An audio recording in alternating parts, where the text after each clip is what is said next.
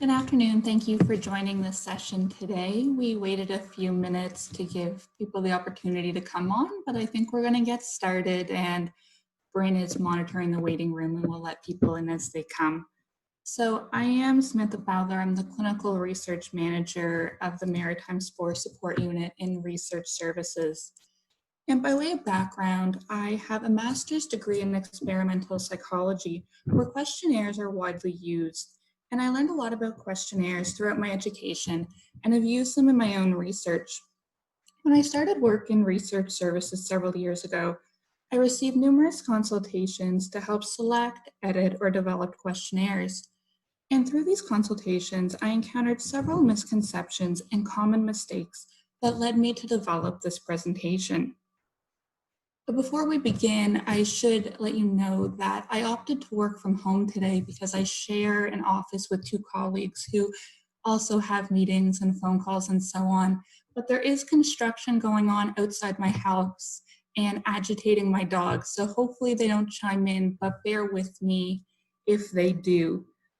So continuing right along, one of the biggest misconceptions that really does form the basis for this presentation is that surveys are easy to conduct.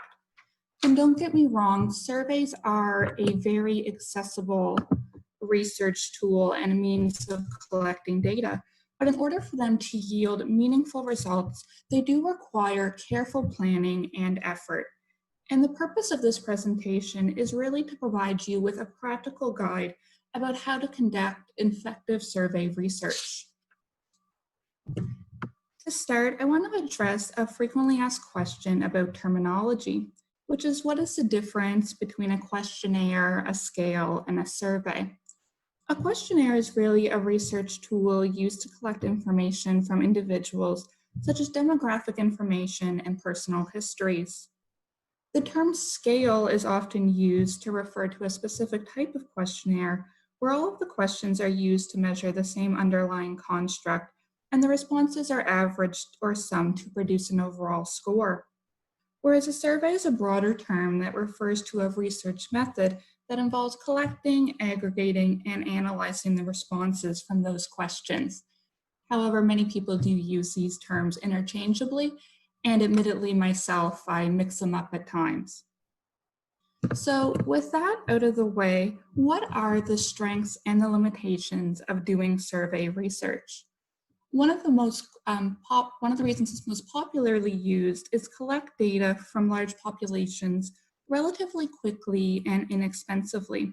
So for example, I recently used an online survey to assess the current sexual health education practices and sexual health education needs over 6,000 New Brunswick parents, step-parents, and guardians.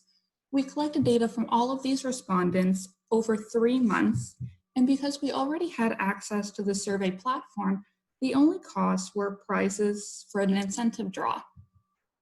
Questionnaires can also be administered independently or used as part of a larger research project, such as a mixed method study or even a clinical trial. For example, it's becoming increasingly common for clinical trials to administer questionnaires, such as those assessing quality of life, health resource utilization, and so on. Furthermore, they can be used to measure variables that are not readily observable, such as attitudes, opinions, and beliefs. However, surveys, like any other methodology, do have their limitations. They're self-report, therefore they rely solely on respondents' honesty, memory, and understanding. Consequently, responses may be influenced by respondents' desire to give socially acceptable responses, their ability to recall events, and extraneous factors such as their rating level or cultural perspective. They're also superficial in that they do not provide any insight into the rationale behind responses. So if you find an unexpected result, then you may be left scratching your head. And finally, they are susceptible to incompletion and low response rates, which can cause issues for data analysis and generalizability.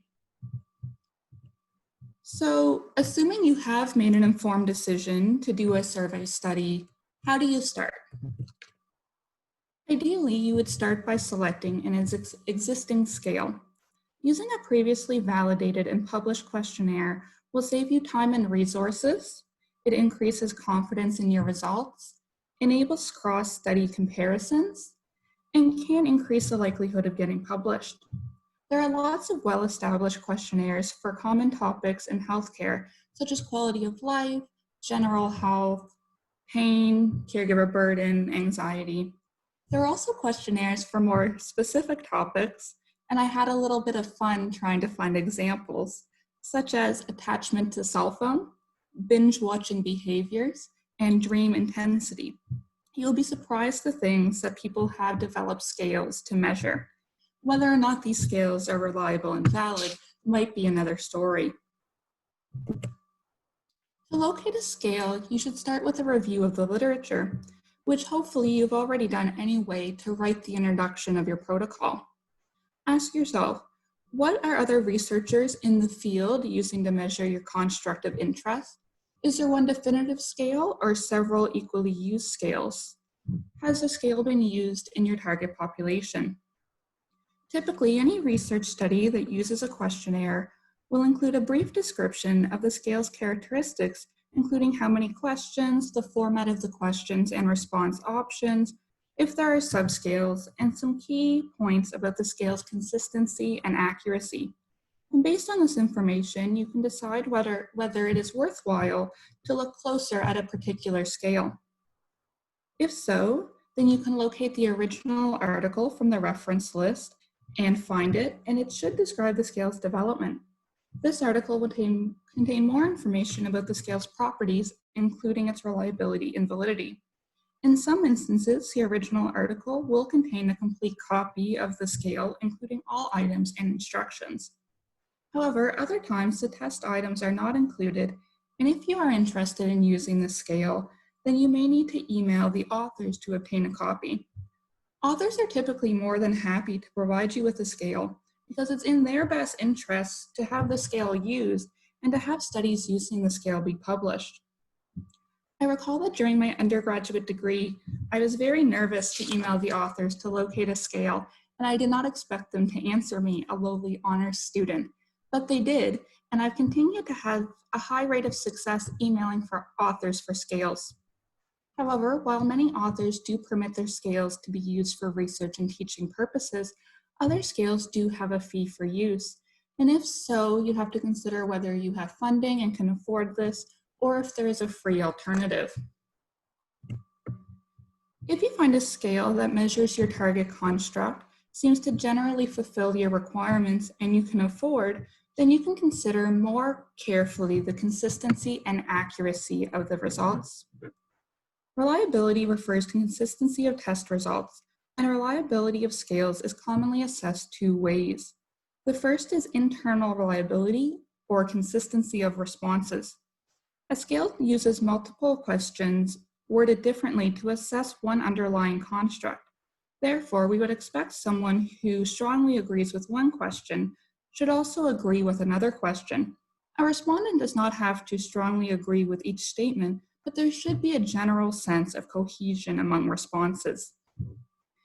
What to look for in the paper is internal reliability, and it's often measured with a statistic called Cronbach's alpha. And Cronbach's alpha values range from 0, which means there's no relation among test items, to 1, that there's a perfect relation among test items. Generally, an alpha of 0.7 is acceptable, although the higher the better. However, if alphas are too high, such as 0.95 or greater, it may suggest that some items on the scale are redundant. If a scale contains multiple subscales, then you should consider the reliability of each subscale, although you would expect that the alphas for the subscales will be somewhat lower because the calculation of Cronbach's alpha does involve the number of questions. There's also test-retest reliability, which is how consistent test scores are over time. To establish test-retest reliability, test developers will administer the same test to the same group of respondents at 2 different times and examine the correlation among these scores. Standards for test-retest reliability depend on whether your target construct is theorized to be stable or changing over time. If you're measuring a construct that's expected to be stable, such as personality or intelligence, then you would want higher test-retest correlations. In contrast, if you're measuring a construct that might change over time, such as pain, then you would expect lower correlations to indicate the measure can detect this change. Validity reflects the appropriateness or accuracy of the interpretation of test scores. In other words, does a test measure what it is supposed to measure? So for example, if a test says it measures quality of life, do scores actually reflect the participant's quality of life? There are 6 types of validity that may be reported for a scale. Although not every scale will report these, hopefully at least a few will be established. The simplest form of validity is face validity. And face validity refers to the extent to which a test is a plausible measure of the target construct. In other words, does it seem like it's measuring what it says it measures? And normally researchers will check face validity with a panel of experts. Content validity refers to the extent a test measures all parts of a defined construct. So for instance, if a measure defines quality of care in terms of technical quality, interpersonal manner, communication, and accessibility, then it would be expected to include items to assess each of these components. Finally, convergent and discriminant validity. Not finally, I'm jumping ahead. There are a few more. So next, convergent validity and discriminant validity assess whether a test shows meaningful relations with other measures. That is, a measure should correlate more strongly with other measures of similar constructs and less strongly with measures of other distinct constructs. With regard to discriminant validity, it is important to establish that a scale is distinct from those measuring constructs that might reasonably be mistaken for the target construct.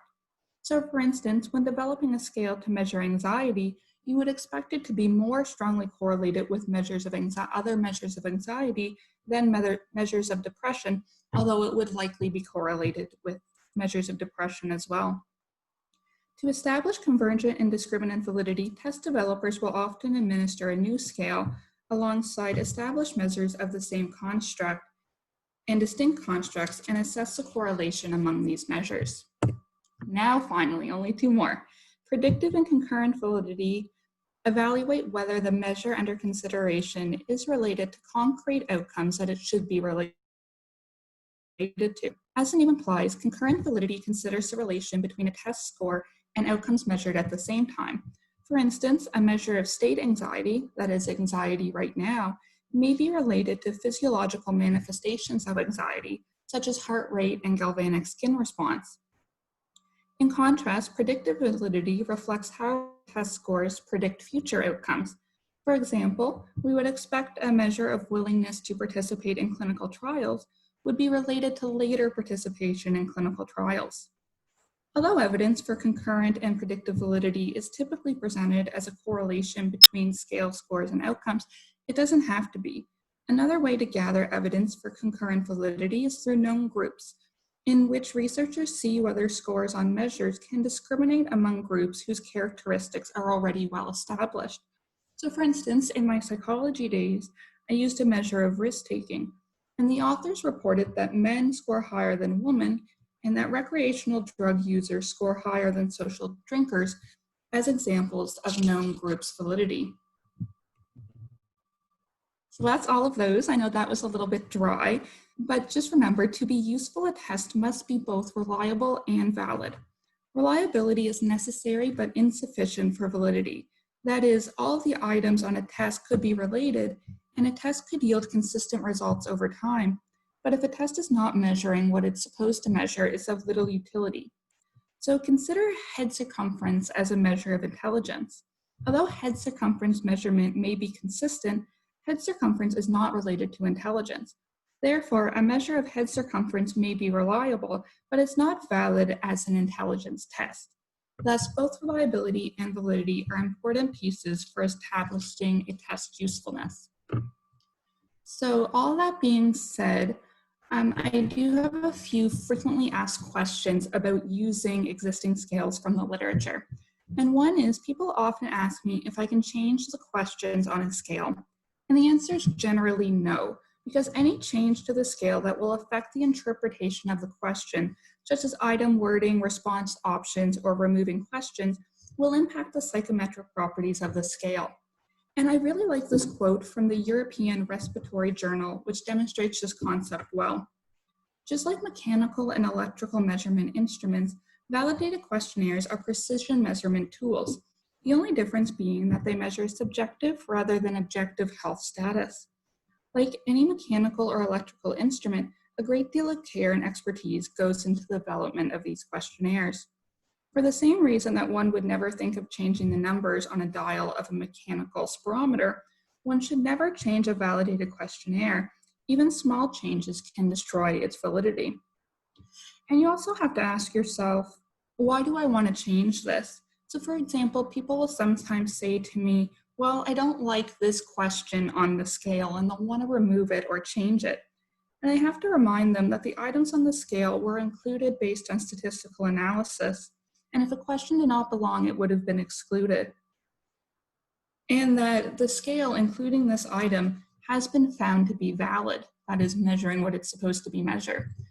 So if you find yourself disagreeing with more than one question, then perhaps the scale is not for you. If you're absolutely insistent that this is the right scale for you, and you just want to tweak a question, then you could do so at your own risk.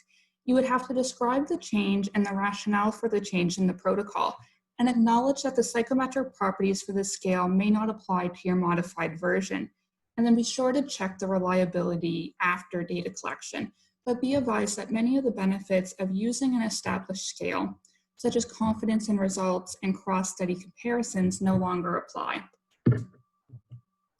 Likewise, translating a document is not as simple as doing a direct translation, because you need to ensure that the resulting document is conceptually equivalent and that the psychometric properties are retained.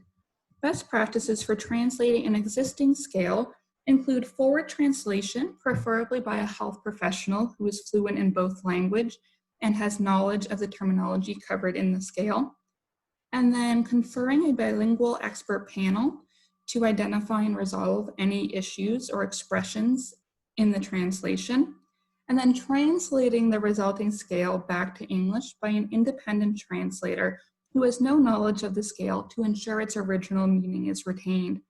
And then finally, you would pre-test the instrument with the target population and interview them about their thoughts and understanding of each question. And then you would need to establish the factor structure and psychometric properties of the resulting translated scale. And I present this process to you, not because I think you should do it, although you're welcome to if that sounds appealing to you, but because I wanted to demonstrate the work that's needed to translate a scale properly. So this process is out of scope of most projects, but not all. Therefore, it would be ideal if you could find a scale where someone else has already done all of this work. This may narrow down your number of possibilities, so you may need to be more broad with your variables. For example, instead of measuring anxiety before mastectomy, you may need to use a more general measure of preoperative anxiety. And one last frequently asked question is, what information about a scale do I need to include in my protocol?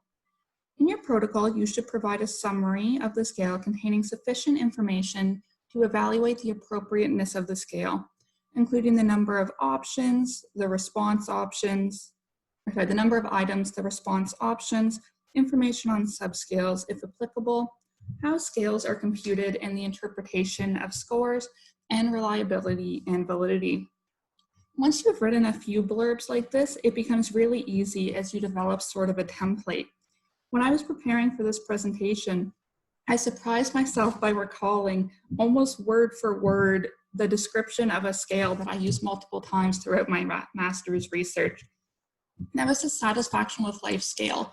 And it was something like this. It said the satisfaction with life scale assesses an individual's cognitive evaluation of their current life conditions. It contains 5 items assessed on a 7-point scale from 1 equals strongly disagree to 7 equals strongly agree. Total scores on this scale are computed by adding the responses, and scores may range from 5 to 35, with low scores reflecting lower levels and high scores reflecting higher levels. And the scale has good internal and retest reliability and validity has been established, and so on. So those are kind of the key points that you would mention, although it's going to vary a little bit depending on the information that you have available. If there are no questionnaires to assess your target construct, or you are interested in a specific or unique research question, such as patients' experience with radiation therapy at your facility, then you may need to develop your own questions. When developing your own questions, there are several common types of questions to choose from and several other important considerations. Most self-administered questionnaires utilize structured or closed-ended questions wherein the respondent selects from a list of known potential respondents. The advantage of this approach is that the responses tend to be more standardized, take less time to complete, and are easier to interpret and code. However, these type of questions do not allow the respondent to elaborate on their responses and consequently lacks details. Open-ended or non-structured questions have the advantage of allowing the respondent to answer a question in his or her own way and are helpful in exploratory research when the response options are unknown.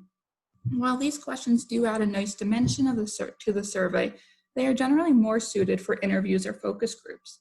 The disadvantage of open-ended questions are that they take more time to complete and may sometimes be left unanswered.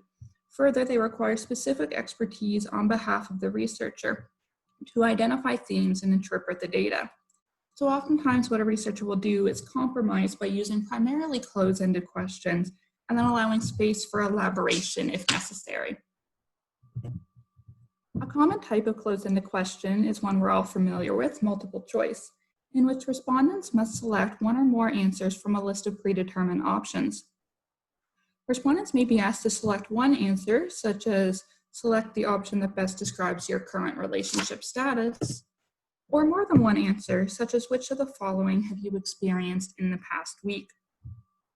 Check all that apply list should not be too long, as respondents typically disproportionately check off more boxes at the top of the list. Presumably, after checking off the first few choices, respondents feel like they have done a good enough job answering the question and merely skip the rest of the items before moving on to the next question. If there's more than a few items, it may be better to do a yes/no question for each item, such as did you experience fatigue in the last week? Yes, no. Did you experience bloating in the last week? Yes, no. When writing multiple choice questions, it's essential that the response options be mutually exclusive and exhaustive. That is, you must list all possible values and only one value should be possible. Here are two examples of questions with inappropriate response options. In the first example, education, the responses are not mutually exclusive. If someone completed elementary school, then they also completed less than high school. A better example would be less than high school, completed high school, and greater than high school. The second example, diagnosis, is not exhaustive. These codes reflect common dementia diagnoses, but not all possible diagnoses. For example, someone could have Lewy body dementia, mixed dementia, or dementia associated with Parkinson's disease. In this case, the problem could be rectified by listing all possible dementia diagnoses or listing the most common ones and having an other please specify option. This here is something else that I see a lot. And in this question, the response options are not mutually exclusive. If someone is 40, then they would fall into both of these categories. In this case, the participant may circle either option or choose to select neither because they don't know what to do, which could result in missing data. Rating scales are commonly used to assess thoughts, feelings, and behaviors. Rating scales ask participants to respond to a question based on a given dimension. For example, the most commonly used rating scale is a Likert scale, which asks respondents to rate their level of agreement with a series of statements on an agree-disagree continuum. Rating scales may also be designed to assess frequency of behaviors, importance, satisfaction, or likelihood, and more. When developing a rating scale, there are a number of factors to consider, including the number of response options. Most researchers agree that 5 to 7 response options is a good balance between reliability and ease of completion. When developing a rating scale, you should weigh the benefits of having an odd or an even number of response options. Most researchers agree it's beneficial to have an odd number of possibilities, with the middle choice being neutral. If there's no neutral choice, then participants are either forced to make a decision that does not accurately reflect their attitudes or opinions, or may skip the question, resulting in missing data. Alternatively, some researchers argue that respondents overuse a neutral point, which can result in a reduced range of responses. In general, I would recommend including a neutral option unless you have a strong reason otherwise. And of these response options, you should have an equal number of positive and negative responses. For instance, if you are developing a scale of satisfaction, it would be problematic to have this because you've got 3 positive options, good, very good, and excellent, whereas you only have 1 negative option being poor, and this could bias participants towards responding favorably. And here are a few more rating scale examples, but really the possibilities are endless. And next we'll chat about a few questions to avoid. The first being negatively worded items, and they should be used sparingly as they can lead to misinterpretation and are cognitively challenging for participants. These items take longer to complete and lead to more misresponses than positively worded items. For instance, asking someone their level of agreement with the statement, patient safety should not be a national priority, if someone believed rightfully that patient safety should be a national priority, then they would have to disagree with this question. Vague questions do not provide a clear reference point for responding, and the problem can stem from either the question itself or the response options. For instance, a problematic question is, what is your income? This question is unclear whether your refers to the respondent's personal income or household income. Does the word income refer to salary and wages, or does it include tips and income from other sources? Is it gross income or net income? And what is the time frame of reference? Really, there's a lot of unanswered questions here. The respondent could answer hourly, weekly, or monthly, and vague questions will generate vague answers.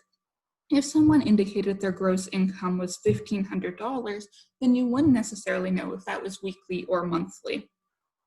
So in this case, a better question may be, what was your gross personal income from all sources last month?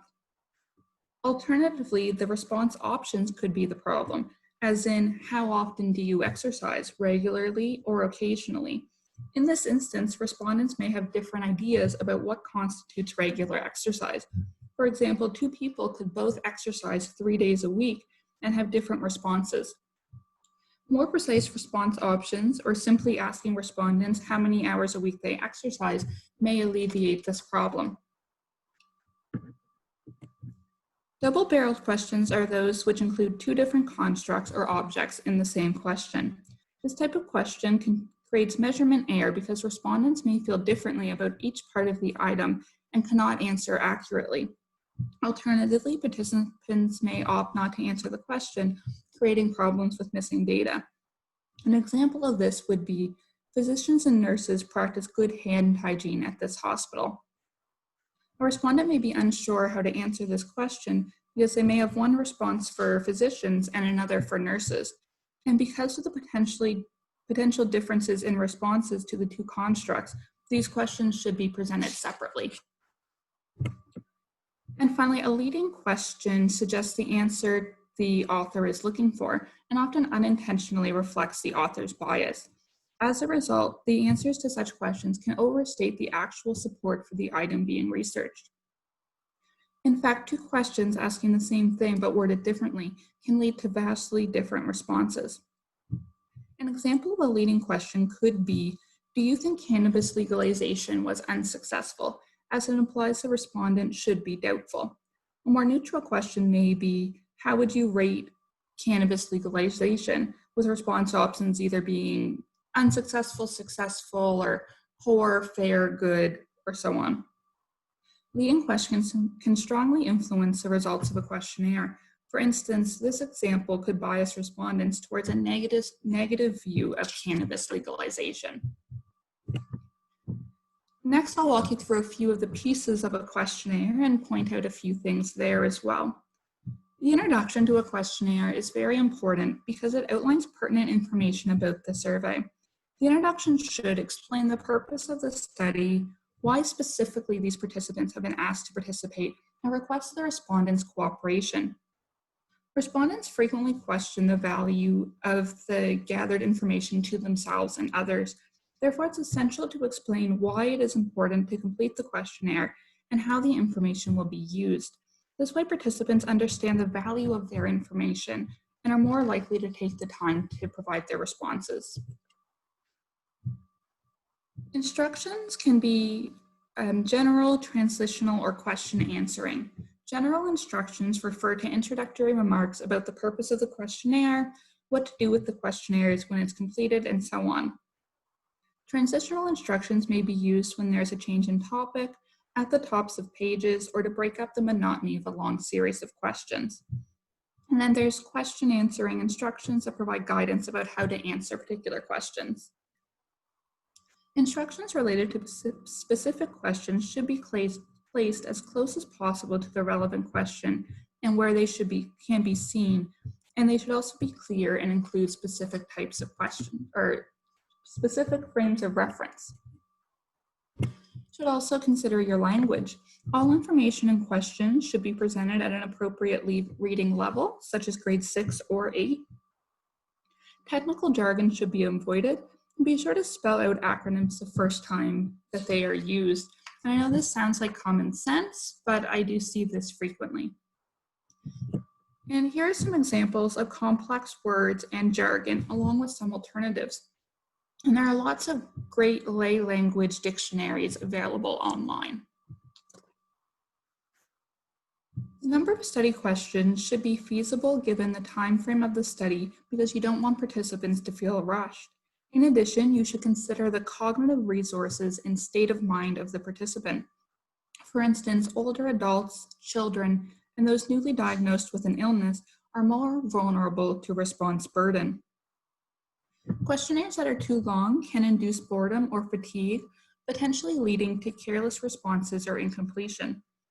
So in general, the fewer the questions, the greater the response rate. Consideration should also be given to the order of questions. Although there is no universally agreed upon question order, many researchers suggest that you should start with easy and interesting questions because the opening questions to the questionnaire establish the respondent's confidence in their ability to answer the remaining questions. Typically, it's best to start with general questions and then move to more specific ones so that the specific ones do not bias the general ones. For instance, if you are interested in a participant's general health and their specific illness symptomology, you could ask general health questions before the illness-related ones. Demographics may be presented at the beginning or the end of the survey. Many researchers prefer to put them at the beginning. That way, if a participant drops out before the end of the survey, they are not lacking important demographic information. Whereas others argue that demographic questions should be at the end because they are personal and not very interesting. To make this decision, consider how important demographic information, such as age and gender, are to your research question. Also, question order should be logical to the respondent. So you can ask people to recall events in the order that they happened. So I recently designed a survey that was to elicit unanswered research questions about the diagnosis, treatment, management, and living well with myeloma from patients, healthcare providers, and patients' caregivers. And when we were ordering the questions, we asked participants first about the diagnosis because that precedes the treatment, which in turn precedes the ongoing management of the illness and hopefully living well with the disease. So we really tried to take participants on a journey through the disease pathway so they could recall events in that order. And you can also group items that are in similar topics, and then within topics you can group them in terms of similar response options. So you don't want to be jumping around between topics and different types of questions. The way that a self-administered questionnaire looks is also important. Questionnaires that are difficult to read or follow tend to have lower response rates. When designing a questionnaire, it can be tempting to jam questions together to reduce the number of pages and make the questionnaire seem shorter. However, research has shown that a less cramped layout with more white space looks easier to complete, generally resulting in higher response rates and less response errors. The same premise applies to online surveys.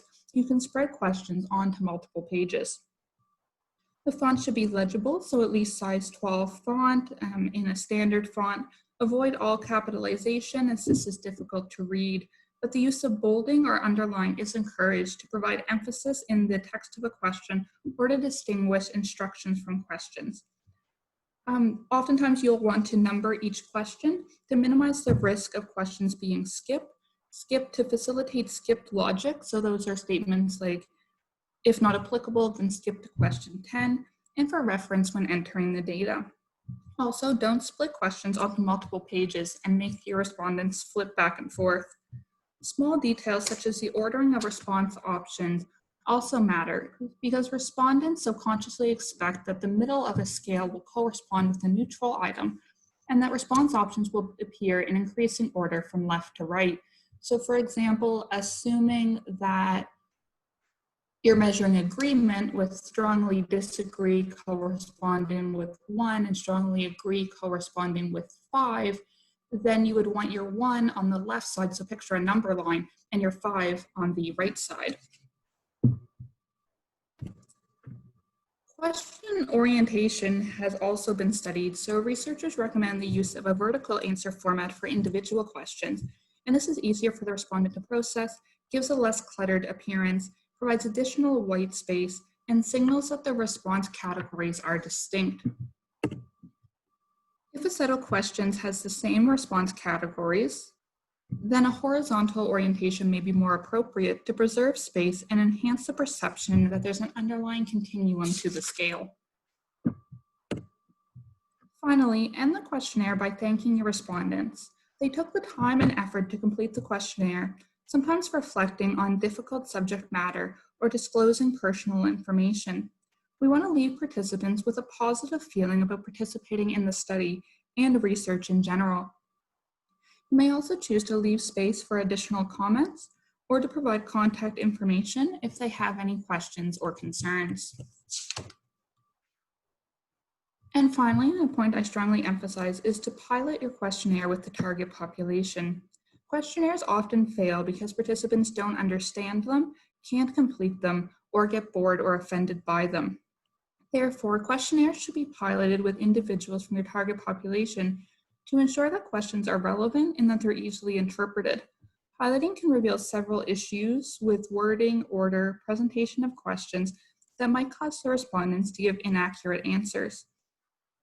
So piloting can identify issues with ease of completion, question wording, relevancy, and time to complete the survey.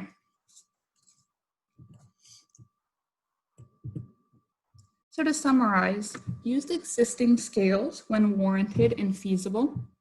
Consider reliability and validity when selecting scales. Provide an introduction and explain why responses are important. Provide clear instructions. Avoid unnecessarily complex language, jargon, and acronyms. Avoid problematic questions such as negatively worded, vague, double-barreled, or leading questions. Ask questions on a need to know rather than a it would be nice to know basis. Do not underestimate the importance of question format, and pilot your questionnaire with members of the target population. And what I really hope that I've demonstrated to you today is the amount of thought and consideration that goes into selecting and developing a questionnaire to get the most meaningful results possible. Thank you for listening. If you have any questions or you want help selecting or developing scales for your next research project, then you can contact me at this contact information.